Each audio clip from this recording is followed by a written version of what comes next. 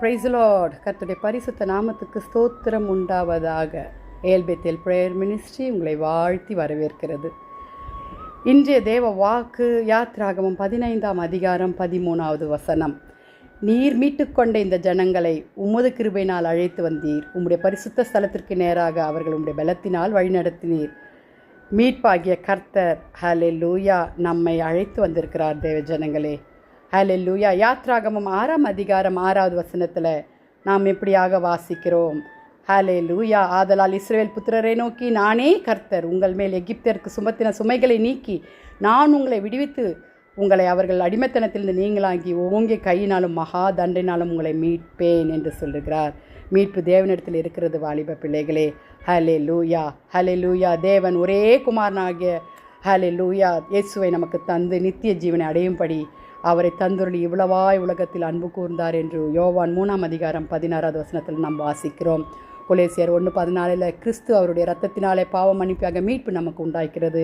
அவருடைய இரத்தத்தினால மாத்திரம்தான் நமக்கு மீட்பு. அநேக வசனங்கள் காணப்படுகிறது வாலிப பிள்ளைகளே.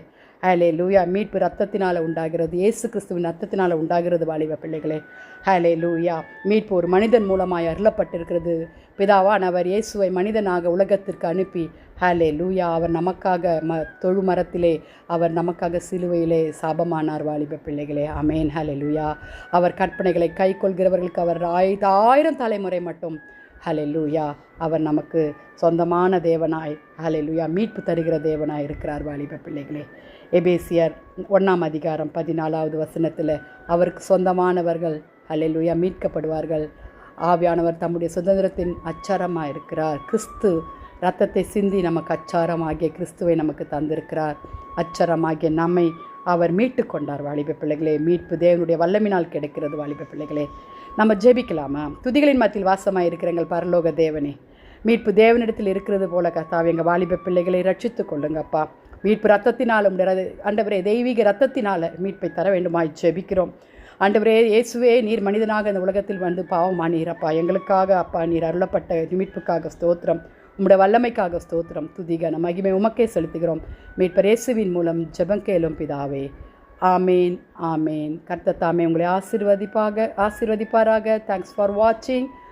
தேவ பிள்ளைகளே, நாம் நித்தியத்திற்கு போவதற்கு மீட்பாகிய கிறிஸ்து ஒருவரே நமக்கு காரணவராய் இருக்கிறார். அவரை நம்பி அவரோடு கூட வாழ நாம் பிரயாசப்படுவோம். இன் whom we have redemption for the forgiveness of sin.